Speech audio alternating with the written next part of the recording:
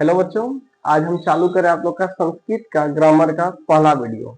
देखिए, संस्कृत में जो है क्लास 10th में संस्कृत जो है बहुत मायने रखता है, क्योंकि ये जो है पेपर आप लोग का लैंग्वेज पेपर होता है।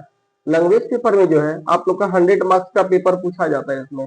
और थोड़ा सा संस्कृत जो है थोड़ा सा टफ विषय इसलिए है क्योंकि संस्कृत में हम लोग हर चीज को पढ़ना पड़ता है अनुवाद को, लिंग को, बहुत कुछ को उसमें पढ़ना पड़ता है। देखिए, सबसे पहले संस्कृत का सीखेंगे पहले सिलेबस को, फिर एग्जाम का पैटर्न क्या होता है। 2026 का जो पेपर हुआ था उसके अकॉर्डिंग एग्जाम का पैटर्न को सीखेंगे, पैटर्न क्या था उसके हिसाब से फिर आगे हम बताते हैं। चलिए, आप लोग हेडिंग डालिए Sanskrit grammar subject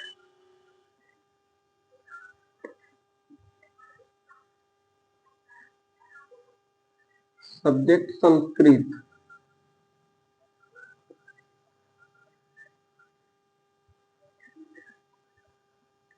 Sanskrit grammar.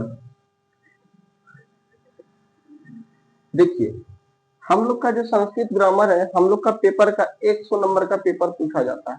100 number में क्योंकि लैंग्वेज पेपर है, मार्क्स कहीं ना कहीं कट छट के 1 से 2 मार्क्स कट सकता है, लेकिन हम पूरा प्रयास करेंगे आप लोग का वो भी मार्क्स नहीं कटे। संस्कृत में जितना हो सकता है बहुत सारा क्वेश्चन, बहुत सारा अपडेट, बहुत सारा कंसेप्ट को बताएंगे। आप लोग लगातार 20 से 30 दिन क्लास को रेगुलर कीजिए, उसके बाद समझ में आएगा संस्कृत आके संस्कृत इतना भारी जो कह रहा था, संस्कृत बहुत ही आसान सब्जेक्ट है। चलिए, आप लोग सबसे पहले संस्कृत जब पढ़ रहे हैं तो सबसे पहले एक टारगेट बना लीजिए। टारगेट संस्कृत में आप लोग टारगेट कर लीजिए संस्कृत में 100/100, ताकि आप लोग को बराबर इस चीज पर फोकस करना है। संस्कृत हमको किसी भी हाल में 100 में 100 लाना है। चलिए, संस्कृत में पहला पैटर्न होता है ऑब्जेक्टिव का। ऑब्जेक्टिव में जो होता है बुक का जो सीरीज अगर बात किया जाए तो बुक का टोटल 45 गो प्रश्न रहता है, वो भी हिंदी में। उसके बाद फिर 45 क्वेश्चन हिंदी में हुआ। फिर आप लोग का लगभग ग्रामर का पोर्शन अगर बात करें 55 गो क्वेश्चन तो आप लोग का ग्रामर का होता है। संस्कृत का अगर एग्जाम पैटर्न का बात किया जाए, एग्जाम पैटर्न का यानी सिलेबस का, इसका अगर सिलेबस का बच्चों बात किया जाए तो सिलेबस देखिए क्या है। सबसे पहले ऑब्जेक्टिव का पहले बताते हैं। ऑब्जेक्टिव में ऑब्जेक्टिव में जो होता है कुल प्रश्न बुक से लगभग 35 से 45 क्वेश्चन जो होता है बुक से रहता है, यानी अप्रोक्स मान लेते 45 क्वेश्चन, यानी बुक का जो होता है हम लोग का बुक पीसीएम भाग 2 जो हम लोग का किताब है उससे प्रश्न पूछा जाता है लगभग 45 क्वेश्चन। 45 प्रश्न बुक से रहता है ऑब्जेक्टिव में। अब देखिए 45 प्रश्न अगर बुक से है तो फिर टोटल ऑब्जेक्टिव है 100 मार्क्स का। ऑब्जेक्टिव तो 100 है, उसमें से हमको बनाना कितना होता है, हमको बनाना होता है टोटल 50। तो 45 क्वेश्चन आप लोग का बुक से ओनली है, तो और कितना ग्रामर में हमको मात्र बनाना है, मात्र 5 सवाल। तो नहीं काट छाट करके 55 को क्वेश्चन, सिर्फ 55 क्वेश्चन आप लोग का ग्रामर का पोर्शन कराता है। 55 क्वेश्चन यानी ग्रामर का अगर बात किया जाए ग्रामर से तो ग्रामर से आप लोग का 55 सवाल रहता है, 55 प्रश्न। ये ऑब्जेक्टिव का पैटर्न है। तो हम लोग तो बुक का इतना अच्छा से तैयारी करेंगे, इतना अच्छा से पढ़ाएंगे, बुक का आराम से 45 क्वेश्चन एनी हाउ बन जाएगा। इतना तो आप लोग को भरोसा दिला सकते, 45 क्वेश्चन आराम से आप लोग टच कर लीजिएगा। उसके बाद और हमको मात्र 5 सवाल बनाना है, लेकिन 5 भी नहीं, आप लोग को 55 है ना, तो इतना बताते हैं 55 में एटलीस्ट 50 क्वेश्चन आराम से एग्जाम में ग्रामर का पोर्शन हम लोग बना लेंगे।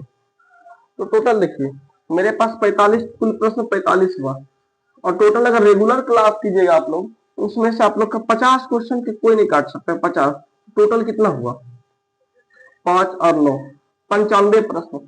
95 प्रश्न और आप लोग को बनाना कितना है, ओनली 50 क्वेश्चन। यानी ऑब्जेक्टिव में अगर टारगेट रखा जाए 50 में 50 कोई नहीं काट सकता। ऑब्जेक्टिव ऑब्जेक्टिव में ऑब्जेक्टिव में इस बार का टारगेट है आप लोग का ऑब्जेक्टिव में 50/50, 1 मार्क्स भी ऑब्जेक्टिव में नहीं कटना चाहिए। इतना कंसेप्ट, इतना गहराई से हर चीज को बताएंगे, ऑब्जेक्टिव में 1 भी मार्क्स नहीं कटने देंगे। आप लोग का ऑब्जेक्टिव तो हो गया खत्म। अब देखिए अब आता है सब्जेक्टिव का प्रश्न। सब्जेक्टिव में क्या क्या पूछा जाता है? सब्जेक्टिव में सब्जेक्टिव में भी 50 नंबर का, यानी 50 नंबर का ऑब्जेक्टिव होता है और 50 नंबर का सब्जेक्टिव होता है। तो सब्जेक्टिव में भी कुल कितना, सब्जेक्टिव में कुल कितना है मेरा? सब्जेक्टिव सब्जेक्टिव सब्जेक्टिव में बच्चों देखिए, आप लोग को जो है सब्जेक्टिव में टोटल 50 नंबर का प्रश्न पूछा जाता है, 50 मार्क्स का। अब देखिए 50 मार्क्स में क्या क्या पूछा जाता है उसको समझिए। 50 मार्क्स में सबसे शुरू में गद्यांश पूछा जाता है। सबसे फर्स्ट में क्या पूछा जाता है? गद्यांश। एक दो गद्यांश होता है, एक गद्यांश होता है 6 नंबर का और एक गद्यांश 7 नंबर का। 7 और 6 13 मार्क्स का। पहला जो है सब्जेक्टिव में पहला टॉपिक है मेरा गद्यांश। इसमें पूछा जाता है गद्यांश को। एक पूछा जाता है 6 मार्क्स का और एक पूछा 7 मार्क्स का। कुल अंक कितना हो गया? 6 और 7 13 अंक। टोटल कितना अंक होगा? 13 अंक। ये मेरा है पहला टॉपिक जो है, पहला जो जैसे सब्जेक्टिव का प्रश्न जो मिलेगा हम लोग को, पहले हमको गद्यांश पूछेगा। गद्यांश का 1 से 2 वीडियो में गद्यांश को क्लियर करते हैं। गद्यांश क्या होता है, कैसे बनाए, तो उसका ट्रिक क्या है, सब कुछ सिखा देंगे। आपका 13 मार्क्स इधर से कंफर्म हो गया गद्यांश का। उसके बाद जो आप लोग का प्रश्न है, उसके बाद आता है अनुच्छेद। अनुच्छेद 2 नंबर पूछा जाता है। अनुच्छेद गद्यांश के बाद पूछा जाता है क्या? अनुच्छेद। अब अनुच्छेद क्या होता है? अनुच्छेद को हिंदी में बोलते हैं लेख। अनुच्छेद को हिंदी में बोलते हैं लेख और अंग्रेजी में बोलते हैं एसे। अंग्रेजी में क्या बोलते हैं? इसको बोलते हैं एसे।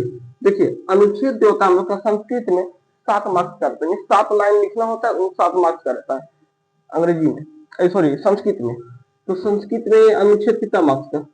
7 मार्क्स का, 7 अंक का। ये भी मेरा हो गया तीसरा। उसके बाद आप लोग को देखिए पहला होता है गद्यांश जो 13 मार्क्स का होता है। उसके बाद अनुच्छेद जो आप लोग का 7 मार्क्स का। उसके बाद पूछता है पत्र लेखन, एप्लीकेशन और लेटर। उसके बाद है पत्र लेखन यानी एप्लीकेशन और लेटर। उसके बाद पूछा क्या जाता है? पत्र लेखन। पत्र लेखन यानी ये आपका कितना? तो पत्र एक होता है, पत्र एक होता है आवेदन पत्र।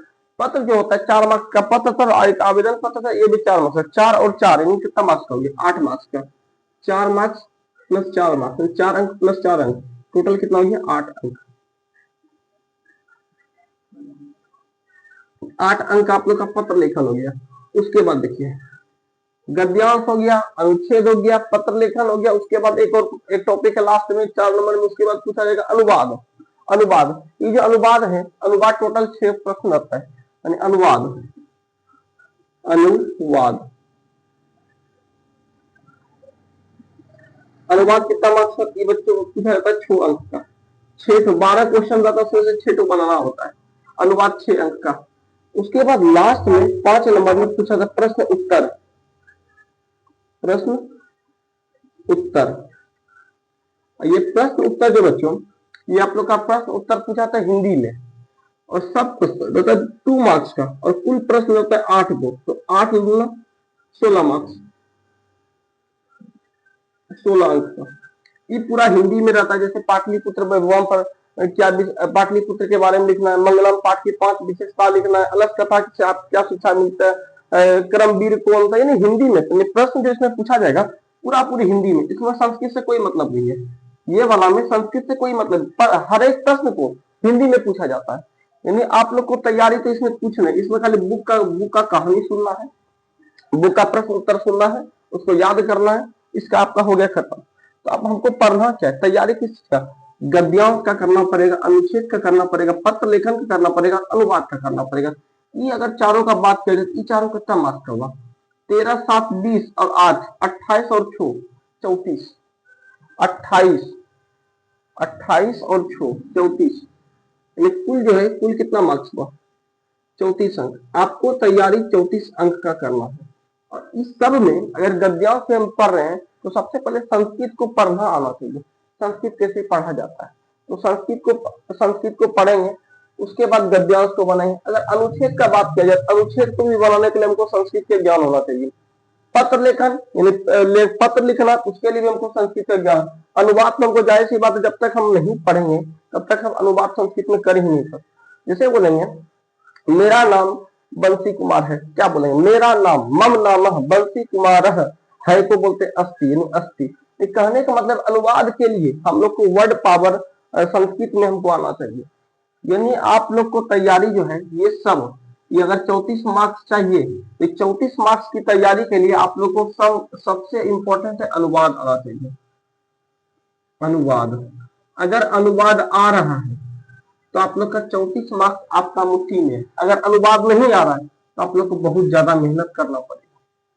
सबसे मेन रहता है अनुवाद, हर चीज का अनुवाद हमको बहुत ज्यादा पढ़ना पड़ता है, अनुवाद को आना चाहिए। अगर अनुवाद आ रहा है तब इजी है, तो अनुवाद नहीं आ रहा है थोड़ा सा डिफिकल्ट पड़ जाएगा, याद करना पड़ेगा, रटना पड़ेगा। लेकिन अनुवाद को सीखने के लिए ये वीडियो आप लोग का है।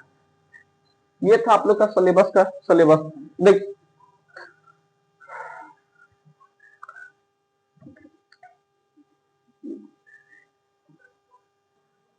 अब देखिए, अनुवाद को सीखने के लिए हम लोग को कुछ चैप्टर है जो हम लोग को सीखना पड़ेगा। तो अनुवाद को सीखने पर कुल 8 गो चैप्टर हमको पढ़ना पड़ेगा। तो अनुवाद को सीखने के लिए कुल जो है चैप्टर कितना 8 पढ़ना पड़ेगा। पहला चैप्टर का नाम है वचन। पहला चैप्टर का क्या नाम है, वचन। हमको वचन का ज्ञान होना चाहिए। दूसरा चैप्टर है लिंग, लिंग को भी आना चाहिए। पहला चैप्टर है वचन और दूसरा चैप्टर में लिंग। उसके बाद आता है पुरुष, पुरुष साथ साथ लिखते चलना है। उसके बाद आता है मेरा कारक, कारक पांचवा। कारक के बाद आप लोग का आता है अवयव, अवयव छठा। अवयव के बाद आपका आता है शब्दरूप, उसके शब्दरूप, शब्दरूप। उसके बाद आता है लकार, और लास्ट जो बच्चों, लास्ट आपका 8वां आता है शब्दरूप लकार। उसके बाद लास्ट आता है आपका धातु रूप, धातु रूप। कुल जो है कुल यही 8 चैप्टर। अगर हम लोग को अनुवाद पढ़ना है कुल 8 चैप्टर हमको पढ़ना पड़ेगा। कौन कौन सा, वचन, लिंग, पुरुष, कारक, अवयव, शब्दरूप, लकार, धातु रूप। इतना चैप्टर हम लोग को इस पर कमांड होना चाहिए, तब हम लोग को जो है अनुवाद सही से समझ में आएगा। चलिए आप लोग नोट कीजिए। अब स्टार्ट करते हैं हम चैप्टर नंबर। पहला टॉपिक है मेरा वचन से।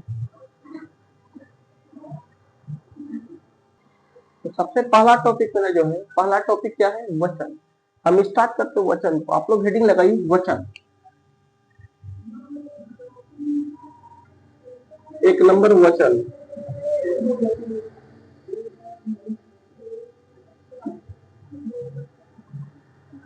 वचन देखिए बच्चों, वचन क्या होता है।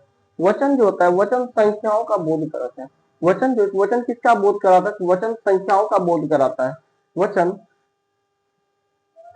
किस चीज को दर्शाता है, तो वचन जो बच्चों हम लोग किसको दर्शाता है, तो वचन संख्याओं को दर्शाता है। लिखेंगे वचन संख्याओं का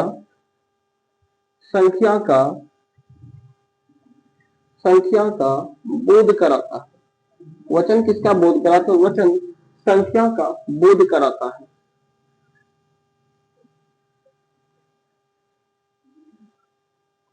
देखिए हिंदी में आप लोग पढ़े हैं, हिंदी में वचन कुल कितना प्रकार का होता है, तो हिंदी में वचन का कुल 2 प्रकार है। अगर बात किया जाए हिंदी का, तो हिंदी में वचन का, हिंदी में अगर हिंदी का बात किया जाए तो इसका वचन का 2 प्रकार है। इसका 2 प्रकार है। पहला कौन सा है, पहला है एक वचन। पहला कौन सा है, एक वचन। उसके बाद दूसरा क्या है, दूसरा है मेरा बहुवचन।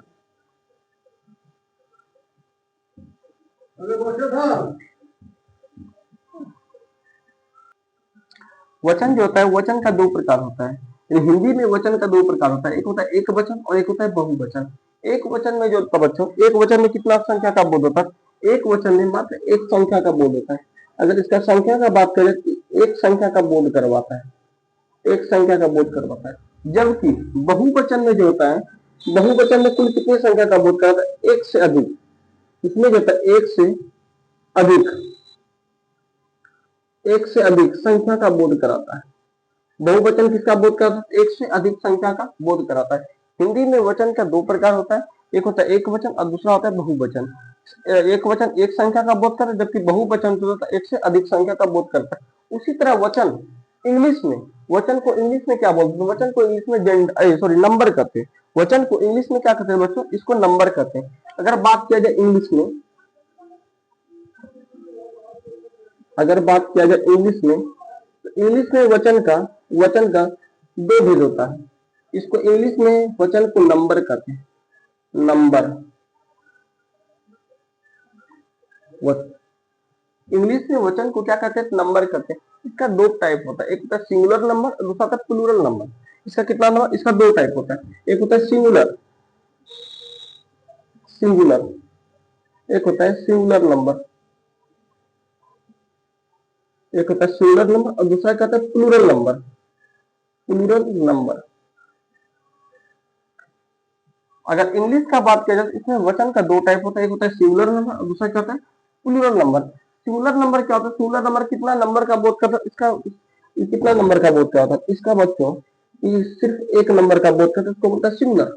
और अगर इसको एक से अधिक यानी मोर देन वन, अगर बात किया जाए more than one, more than one यानी एक से अधिक संख्या का जब बोध करा उसको बोलता है प्लूरल नंबर। अब देखिए वचन का, देखिए अभी हिंदी में टाइप दो, जब एक संख्या का बोध करता उसको बोलता है एक वचन, और एक से अधिक संख्या का बोध करता बोलता है बहुवचन। अगर इंग्लिश में बात करें इसको बोलता है नंबर। अगर सिंगुलर नंबर, एक होता है प्लूरल नंबर। सिंगुलर नंबर क्या होता है? इसमें सिर्फ एक नंबर का बोध करता है, उसको बोलता है सिंगुलर नंबर। और मोर देन वन यानी एक से अधिक संख्या का बोध करता है उसको बोलता है प्लूरल नंबर। अब देखिए, अब हमको पढ़ना है संस्कृत में, हमको पढ़ना है संस्कृत में। संस्कृत में वचन का कुल कितना प्रकार है? संस्कृत में वचन के कुल तीन प्रकार है, एक वचन, द्विवचन, बहुवचन। जो एक संख्या का बोध करवा उसको बोलता है एक वचन, जो दो संख्या का बोध करवा उसको बोलता है द्विवचन, जो दो से अधिक संख्या का बोध करवा इसको क्या बोलता है? बहुवचन। इन्हें बोला त्रिवचन, बहुवचन। हेडिंग लगाना, हेडिंग लगाना है संस्कृत में वचन के प्रकार। संस्कृत में वचन के प्रकार, वचन के प्रकार। संस्कृत में वचन के प्रकार,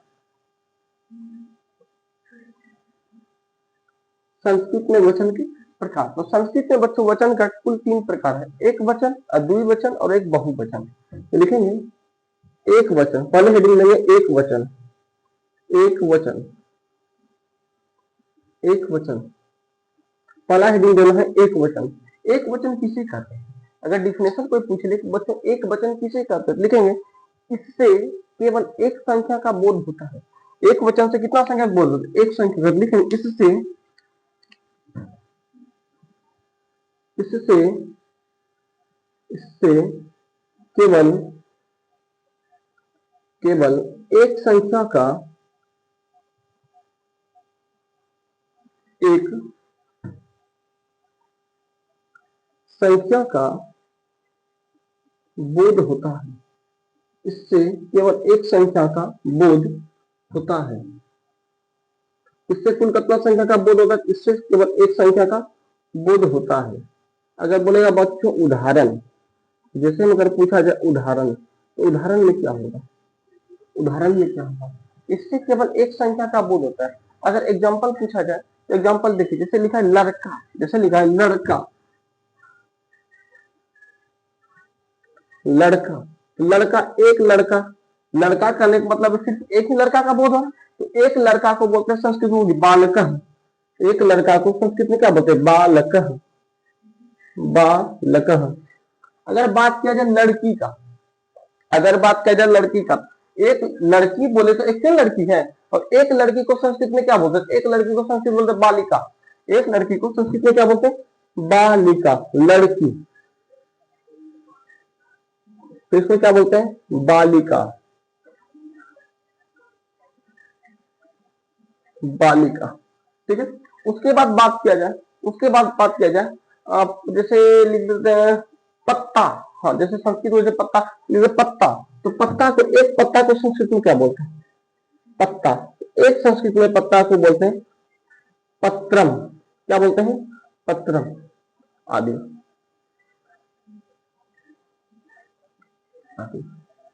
देखिए एक वचन भी था। एक वचन किसे कहते हैं? इससे केवल एक संख्या का बोध होता है। जैसे हम लड़का यानी बालिका, लड़की बालिका, पत्ता यानी पत्र। अब अगला हेडिंग देना बच्चों द्विवचन। नीचे आ रहा है क्या?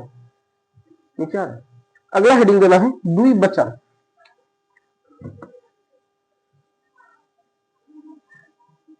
द्विवचन, द्विवचन नेक्स्ट हेडिंग द्विवचन। देखिए द्विवचन में कितना संख्या का बोध होगा? द्वि मतलब दो, इसमें जो होगा किसी भी चीज का दो संख्या का बोध होगा। लिखेंगे द्विवचन। इससे केवल दो संख्या का बोध होता है। इससे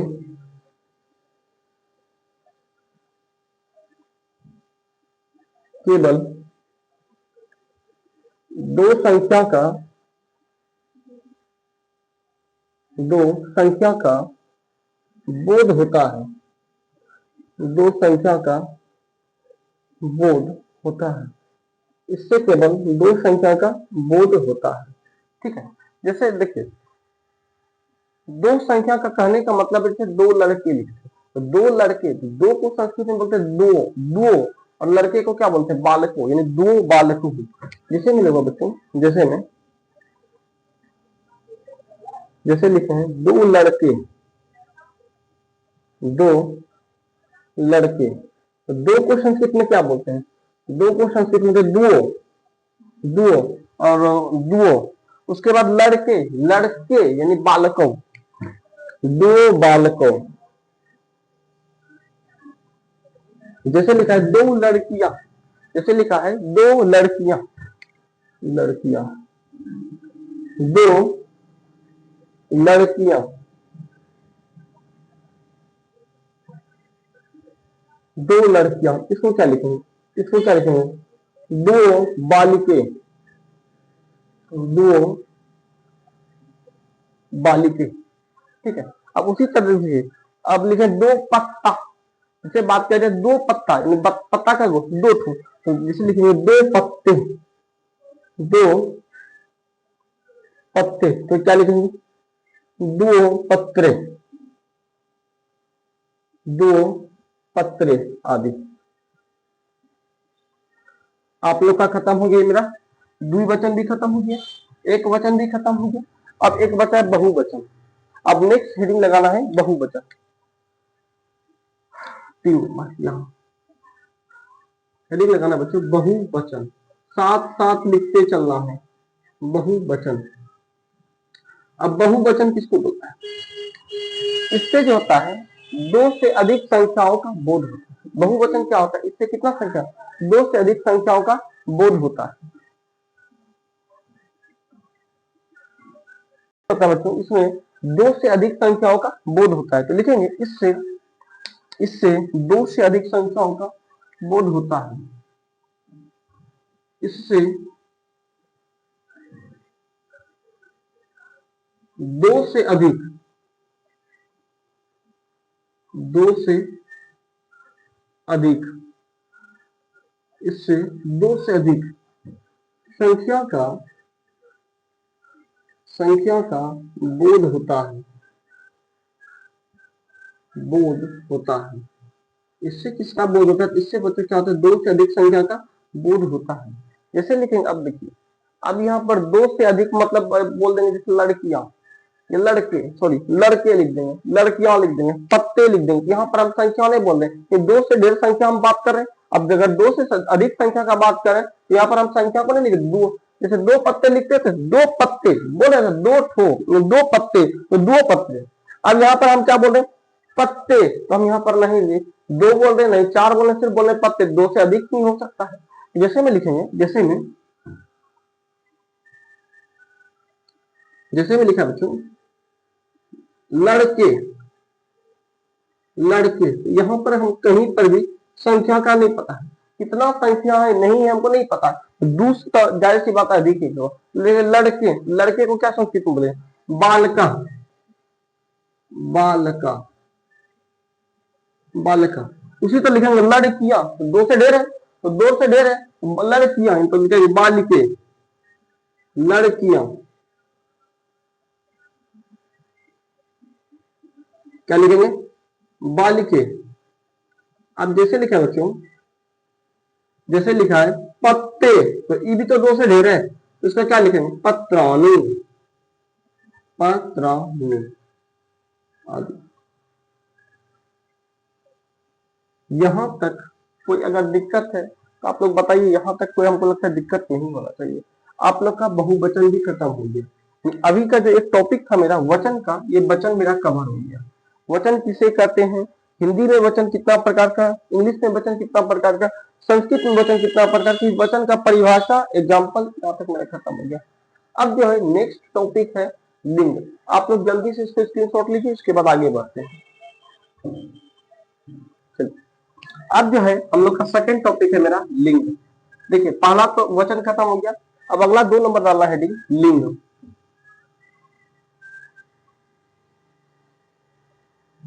लिंग ये क्या होता है बच्चों, देखिए सबसे पहले लिंग जो है, लिंग का अर्थ हुआ, ये पुरुष जाति का बोध करवाता है, ये तो स्त्री जाति का। हिंदी में बखूबी से आप लोग इस चीज को पढ़े हैं।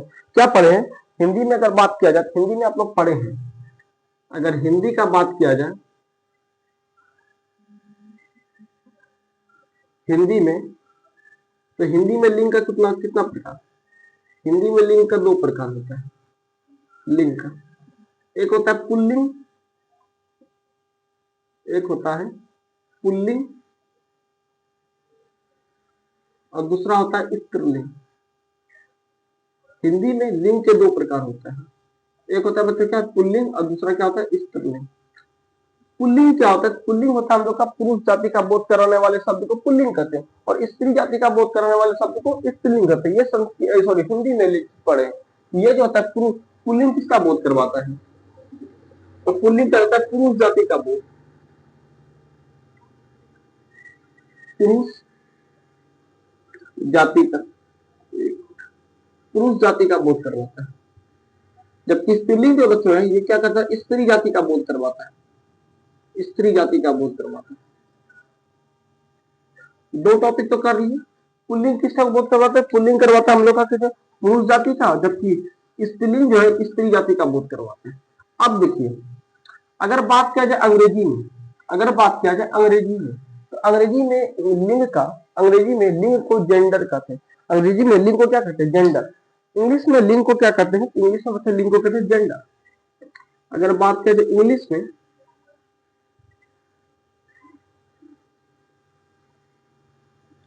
इंग्लिश में लिंग को जेंडर कहते हैं, जेंडर।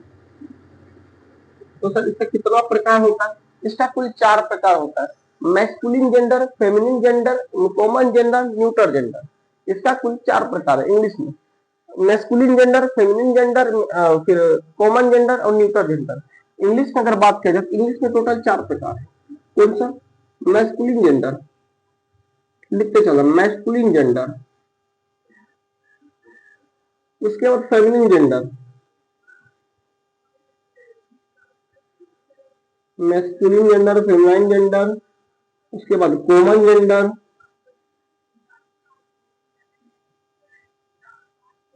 चौथा होता है न्यूटर जेंडर, न्यूटर जेंडर। अगर इंग्लिश का बात किया जाए बच्चों, तो इंग्लिश का 4 प्रकार है। हिंदी का बात किया जाए तो हिंदी का 2 प्रकार है। जबकि हम लोग को पढ़ना संस्कृत में, तो संस्कृत में जेंडर को यानी लिंग को 3 भागों में बांटा गया है, पुल्लिंग, स्त्रीलिंग, नपुंसक लिंग। इसमें संस्कृत में अगर बात करें, संस्कृत में कुल 3 प्रकार है, पुल्लिंग, स्त्रीलिंग, नपुंसक लिंग। अब देखिए हिंदी में पढ़े थे, लिंग किसे कहते हैं, पुरुष अथवा स्त्री जाति के बोध करने वाले शब्द को क्या बोलते हैं, लिंग कहते हैं। जबकि संस्कृत में जो होता है, संस्कृत में लिंग का परिभाषा ही देखिए चेंज है। लिंग का अर्थ होता है चिन्ह या निशान। संस्कृत में जो बात अगर बात किया जाए लिंग का, बच्चों लिंग का शाब्दिक अर्थ क्या होता है, इसका शाब्दिक अर्थ क्या होता है, लिंग का शाब्दिक अर्थ होता है चिन्ह या निशान,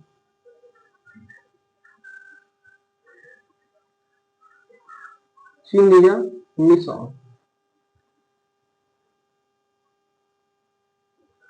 लिंग का शाब्दिक अर्थ मतलब क्या होता है? चिन्ह या निशान। और संस्कृत ग्रामर में लिंग को 3 भागों में बांटा गया, पुल्लिंग, स्त्रीलिंग, नपुंसक लिंग। तो लिखेंगे लिंग के प्रकार। संस्कृत में लिंग के प्रकार, संस्कृत में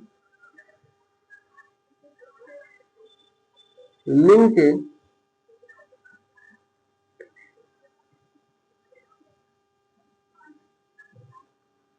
के प्रकार, संस्कृत में लिंग के प्रकार।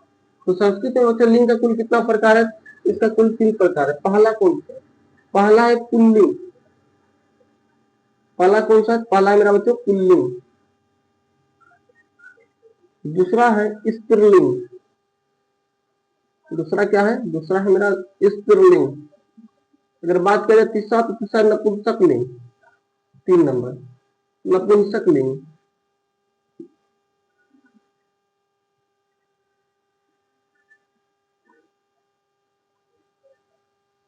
संस्कृत में लिंग को 3 भागों में बांटा गया, पुल्लिंग, स्त्रीलिंग, नपुंसक लिंग। आप लोग लिखिए पुल्लिंग, स्त्रीलिंग, नपुंसक लिंग। पुल्लिंग में जो होता है, पुल्लिंग में पुरुष जाति का बोध होता है, जबकि स्त्रीलिंग में स्त्री जाति का बोध होता है, और नपुंसक लिंग में जो होता है निर्जीव वस्तुओं का बोध होता है। ये जो है बच्चों, ये पुल्लिंग में किसका बोध होता है? ये बोध करवाता है पुरुष जाति का, पुरुष जाति का बोध करवाता है। पुल्लिंग किसका बोध करवाता है? पुल्लिंग करवाता है पुरुष जाति में, जबकि स्त्रीलिंग जो किसका बोध करवाता है? स्त्रीलिंग करवाता है स्त्री जाति का बोध, स्त्री जाति का बोध करवाता है। जबकि अगर बात करें नपुंसक लिंग, तो ये करवाता है निर्जीव वस्तुओं का बोध,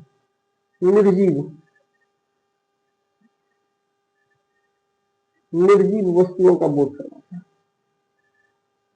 तो यहां तक कोई दिक्कत है? पुल्लिंग करवाता है पुरुष जाति का बोध, स्त्रीलिंग करवाता है आपका स्त्री जाति का बोध, जबकि नपुंसक लिंग जो करवाता है निर्जीव वस्तुओं का बोध करवाता है। ठीक ना? अब देखिए, अब 1 नंबर आपको हेडिंग डालना है पुल्लिंग। 1 नंबर हेडिंग डालना है पुल्लिंग।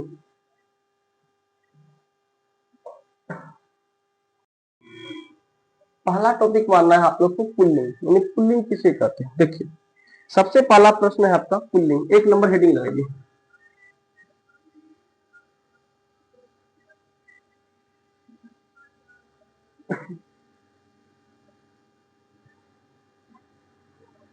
पुल्लिंग हेडिंग लगाना है पुल्लिंग। पुल्लिंग बच्चों क्या होता है? पुल्लिंग जो होता है आपका पुरुष जाति का बोध करवाता है। पुल्लिंग किसका बोध करवाता है? पुरुष जाति का। जिसको लिखेंगे पुल्लिंग पुल्लिंग पुरुष जाति का, पुल्लिंग पुरुष जाति का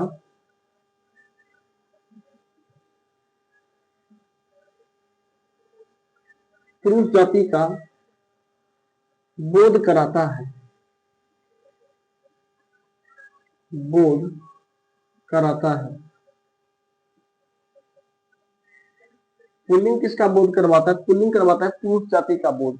बहुत सारा एग्जाम्पल है, देखिए एग्जाम्पल भी साथ साथ लिखते चलना है। जैसे में आप लोग का एग्जाम्पल साथ ही साथ बच्चे लिखते चलना है। जैसे में बालक, जैसे लिखते लड़का को। लड़का को संस्कृत में क्या कहते हैं? लड़का को संस्कृत में बोलते हैं बालक। लड़का को क्या बोलते हैं? बालक। उसी तरह पेड़, यानी पेड़ जो है, पेड़ भी एक प्रकार का पुल्लिंग शब्द। पेड़ को संस्कृत में क्या बोलते हैं? पेड़। अरे यार, पेड़, तो पेड़ को संस्कृत में बोलते हैं वृक्ष। पेड़ को क्या बोलते हैं? वृक्ष। उसी तरह से अगर बोला जाए घोड़ा, घोड़ा को संस्कृत में क्या बोलते हैं? अश्वः। घोड़ा को क्या बोलते हैं? अश्वः। बंदर को संस्कृत में क्या बोलते हैं? बंदर को बोलते हैं वानरः। बंदर को क्या बोलते हैं? वानरः। उसके बाद चोर को संस्कृत में क्या बोलते हैं? चोर को बच्चे बोलते हैं चौरः। चोर को क्या बोलते हैं? चौरः। उसी तरह अगर सांप का बात किया जाए, तो सांप को संस्कृत में क्या बोलते हैं? सांप को संस्कृत में बोलते हैं सर्पः। सांप को क्या बोलते हैं? सर्पः। उसके बाद वो है शेर। शेर, शेर को क्या बोलते हैं? शेर को बोलते हैं सिंह। सिंह, सिंह, शेर हो गया। उसके बाद बाघ। बाघ, बाघ को संस्कृत में बोलते हैं व्याघ्र। बाघ को क्या बोलते हैं? व्याघ्र। उसके बाद बाघ के बाद आता है किसान। किसान को संस्कृत में क्या बोलते हैं? तो किसान को बोलते हैं कृषक। कृषक, किसान का संस्कृत क्या था? कृषक। उसके बाद है मजदूर। मजदूर, मजदूर, तो मजदूर को बच्चे क्या बोलते हैं? श्रमिक। मजदूर को क्या बोलते हैं? श्रमिक। यहां तक तो कोई दिक्कत नहीं है। अब अगला, अगर बात किया जाए मोर की, तो मोर को संस्कृत में क्या बोलते हैं? मयूर। मोर, तो मोर को क्या बोलते हैं? मयूर। मयूर। उसके बाद पहाड़। पहाड़ को बच्चे बोलते हैं पर्वत। पहाड़, इसको बोलते हैं पर्वत। पर्वत। उसके बाद अगर बात किया जाए गांव का, तो गांव को संस्कृत में बोलते हैं ग्राम। गांव, गांव को क्या बोलते हैं? ग्राम। ग्राम। उसके बाद हाथी। हाथी को संस्कृत में क्या बोलते हैं? हाथी को बोलते हैं गजह। हाथी को क्या बोलते हैं? गजह। ठीक है। उसके बाद अगर सड़क का बात किया जाए, सड़क को संस्कृत में क्या बोलते हैं? सड़क को बोलते हैं मार्ग। इधर आना है। सड़क, सड़क का संस्कृत क्या होता है? सड़क का होता है बोलते हैं क्या? मार्ग। मार्ग। अगर बात किया जाए, अगर बात किया जाए भाई को, तो भाई को संस्कृत में क्या बोलते हैं? भाई को बोलते हैं भ्राता। भाई, भाई को क्या बोलते हैं? भाई को बोलते हैं भ्राता। अगर बात किया जाए बड़ा भाई, बड़ा भाई को संस्कृत में क्या बोलते? बड़ा भाई को बोलते हैं अग्रज, और छोटा भाई को बोलते हैं अनुज। अगर बात किया जाए बड़ा भाई का, बड़ा भाई, तो बड़ा भाई को संस्कृत में बोलते हैं अग्रज। अग्रज। और छोटा भाई को बोलते हैं अनुज। छोटा भाई, छोटा भाई को क्या बोलते हैं? छोटा भाई को बोलते हैं अनुज। अनुज। डॉक्टर, ये डॉक्टर को संस्कृत में क्या बोलते हैं? डॉक्टर को बोलते हैं चिकित्सक। डॉक्टर, डॉक्टर को बोलते हैं चिकित्सक।